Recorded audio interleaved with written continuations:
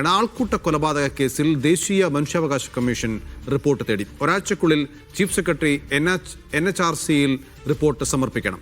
പ്രാഥമിക വസ്തുതാന്വേഷണ റിപ്പോർട്ട് നാളെയാണ് സമർപ്പിക്കേണ്ടത്.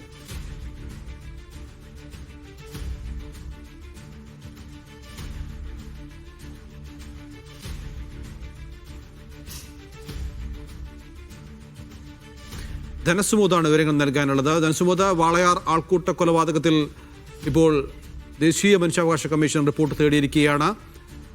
എന്താണ് വിശദാംശങ്ങൾ?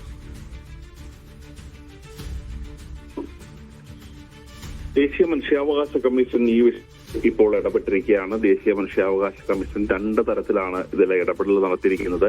ഒന്ന്, ഈ കുറ്റകൃത്യം സംബന്ധിച്ച ഒരു അന്വേഷണം വളരെ അടിയന്തരമായി 48 മണിക്കൂറിൽ സമർപ്പിക്കാൻ വേണ്ടിയുള്ള അന്വേഷണ ഉദ്യോഗസ്ഥരെ ഏൽപ്പിച്ചിട്ടുണ്ട്.